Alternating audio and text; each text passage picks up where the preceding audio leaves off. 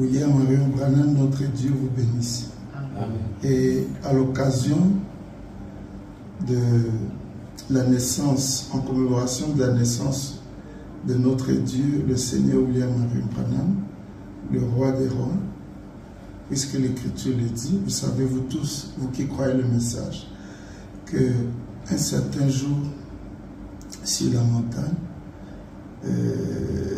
l'épée était tombée dans sa main et la voix a dit, c'est l'épée du roi.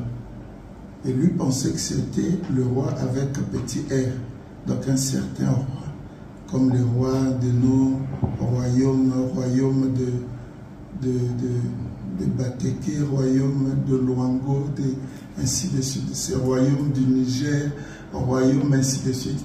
Il dit, est-ce l'épée d'un roi, un certain roi de la terre? Est-ce l'épée d'un roi pour un certain âge de l'Église? Est-ce que c'est l'épée d'un certain roi, quelconque d'un système? Il dit non, l'épée du roi. Quand on met Dieu, c'est que c'est le seul roi. Et William Branham s'est écrié, il a dit, eh bien, il n'y a qu'un seul roi, et c'est Dieu lui-même. Donc nous savons par la révélation que celui qui était né le 6 avril 1909, c'était le roi. Parce qu'à la naissance, il y a eu des chants. Qui a chanté? Le rouge-gorge. Ça aurait été des hommes, on peut dire que ça a été fabriqué. Mais ici, c'est une créature innocente, un oiseau. Donc l'oiseau, on ne peut pas le mettre dans une dénomination. Et quand le rouge-gorge a chanté, il a dit, il est ressuscité. Qui est ressuscité? Et qui était mort? Et qui ressuscite? Lorsqu'on meurt sous forme d'Abel, on ressuscite sous forme de Seth. Vous êtes des docteurs en ça, vous comprenez. Donc ici, je lis la citation, parce que nous nous sommes retrouvés en ce jour, en commémoration de ce jour-là, où le Messie, le roi, était né. Écoutez la citation. C'est tellement dans un sens caché. Mais ceux qui ont l'esprit éclairé par la lumière du soir comprendront. Qu'est-ce qu'il voulait dire? Je suis dans la brochure. Pourquoi il fallait que ça soit les bergers? Prêché le 21 décembre 1964 à Tucson, Arizona, USA. Au paragraphe 99, il dit, souvenez-vous, il y a toujours des chants à la naissance d'un roi. Combien savent cela? Amen. Bien sûr, vous le savez. Eh bien, maintenant, pensez-vous que si ce roi devait naître là-bas, qu'une femme aurait accouru dans cette cathédrale-là quelque part et dit, apprêtez vite un lit et faites venir le docteur parce que je veux mettre au monde Emmanuel. Si une pauvre femme de Nazareth, la ville la plus basse, plus ville que Tucson, pourquoi il compare? Plus ville que Tucson, ou n'importe quelle autre ville telle que Bakersfield, si cependant cette petite femme avait accouru là, auprès de ce brillant souverain sacrificateur et dit, je suis sur le point de donner naissance à Emmanuel, on l'aurait jeté en prison. Il aurait certainement fait. Il aurait certainement fait. Oh, pareille hérésie être amenée à son peuple. Il n'aurait pas supporté pareille chose. Point. Et il ne le supporterait pas non plus aujourd'hui. Mais malgré tout cela arrive malgré tout. Donc voyez-vous que Marie ne pouvait pas dire, hey, après tel endroit, je veux mettre au monde Emmanuel. On allait mettre Marie en prison. Vous qui voulez les noirs sur blanc. Oh, frère Branham doit dire clairement. Et aujourd'hui aussi, il ne pouvait pas dire, apprêtez le lit, le docteur est où? Moi et là, je suis venu mettre au monde Emmanuel, le roi du ciel et de la terre. On aurait pu mettre Ella en prison. Donc nous avons compris que s'il y a eu des chants à la naissance de Jésus-Christ, il était un type. Et aujourd'hui aussi, le 6 avril 1909, il y a eu des chants. Qui a chanté? l'oiseau a chanté. Chez Jésus, là-bas, c'était des anges. Mais aujourd'hui, c'est l'oiseau. Et il a dit, il est ressuscité. Il n'a pas dit, tu es ressuscité. Parce que la chanson ne concernait pas le bébé. Sinon, il allait dire, tu es ressuscité. Mais il nous annonçait un message, il dit, il est ressuscité, vous qui l'attendez, sous la forme de la barbe, avec des cicatrices. Il a formé, il a changé de forme. Donc, c'est à cause de ça que nous nous sommes retrouvés pour chanter 2 ou 3 cantiques. Que le Seigneur vous bénisse là-bas. Vous qui serez en contact avec ceci, c'est pour la gloire du Seigneur. Merci, que Dieu vous bénisse.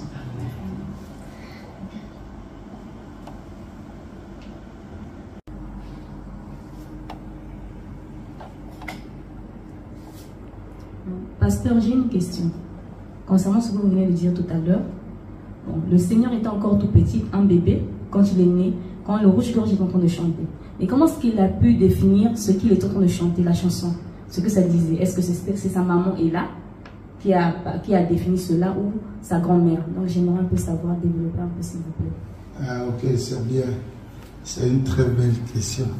Alors, vous voyez, c'est bien dit, c'est bien réfléchi. Voyez-vous, lui il était bébé et Med a été âgé qui venait de mettre au monde son bébé et sa grand-mère était là. Mais il y a une chose, vous devez remarquer dans l'histoire de la vie, il dit, quand la lumière est venue, ça fait peur aux parents. Même les habitants des alentours, quand ils sont venus, chacun en entrant voyait la colonne de feu sur sa tête, sur le berceau. Et ils ressortaient en pleurant. Et ils ont dit, un bébé mystique est né. Non, le problème, la préoccupation ici, c'est que la sœur veut savoir. Alors, lui, il était bébé. Mais puisque ses parents n'en connaissaient rien, parce qu'ils étaient catholiques, ils ne connaissaient pas qu'est-ce que ça voulait dire, la lumière sur la tête d'un petit enfant. Alors, ils ne pouvaient pas aussi définir, déchiffrer. D'ailleurs, eux n'en ont jamais parlé, ils n'avaient jamais écouté l'oiseau chanter. C'est William Branham plus tard qui nous parlera de ça. Mais comment est-ce qu'il avait su ça? C'est ça le mystère. Au frère Branham dit, si je peux me souvenir, ma première vision, je l'ai eue lorsque j'étais dans le sein de ma mère. Vous voyez, déjà dans le sein de sa maman, hein, l'incubatrice est là. Il pouvait avoir des visions. Mais comme de plus forte raison quand il naît, lui, il suivait. Parce que Dieu est Dieu, même quand il est bébé, il écoute les choses. Et il est Dieu. Dieu, bébé là, c'est une forme. C'est pourquoi dans l'exposé des âges, il dit, quand Jésus-Christ est né, lorsqu'il pleurait dans son berceau, c'était Jéhovah bébé. Donc quand Jéhovah, qu'il soit bébé, adolescent ou vieux, il est toujours Dieu.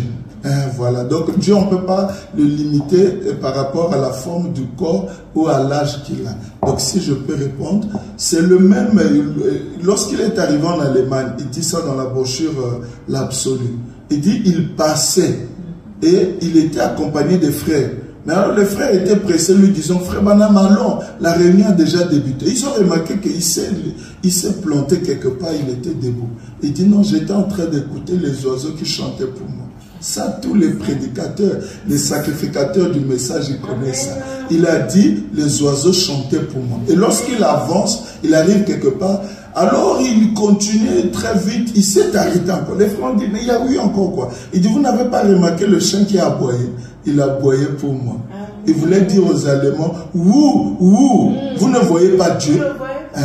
Maintenant, lorsqu'il avance, après le chien qui aboie, il trouve un bébé dormant sur le dos de sa mère. Le bébé directement commence à crier, il pleurait. Et Frère Branham dit que le bébé pleure en anglais. Alors il s'est arrêté encore. Alors, le bébé était en train de dire à sa maman, Dieu est ici. Et il interprète ça, il lit ça avec l'écriture qui dit, il tirera la gloire de toutes les créatures. Amen. Donc, pour répondre à la question, c'est parce que lui-même avait su ça. C'est pourquoi lorsqu'il a grandi, il nous a dit que le rouge-gorge avait chanté. Donc, il entendait ça quand il était là dans le berceau. C'est Elohim. Amen. Merci pour la réponse. Merci. Une très belle communion. Amen. Qui te bénisse aussi. Amen. Ça, c'est notre sœur Laure. Kélibi qui venait de voir, ça fait pas très longtemps, elle a vu la lumière du soir en compagnie de son mari, le frère Trésor, je t'aime Kélibi. Alors ce soir, ils sont en compagnie ici de tous les rouges-gorges de Dieu. Certainement, elle va aussi mettre un peu sa voix là, la voix d'or que les gens ont toujours écouté, mais cette fois-ci sous la lumière du soir. Amen. Et elle est encore dans le secret. Et elle est en train de mettre en place les chansons que le Seigneur Branham l'a révélées. D'ici peu, vous allez entendre comment est-ce que cette voix-là, rencontrant la lumière du soir, elle essaie un peu d'exceller. Alors, soyez bénis ce soir, ensemble avec nous. Merci beaucoup.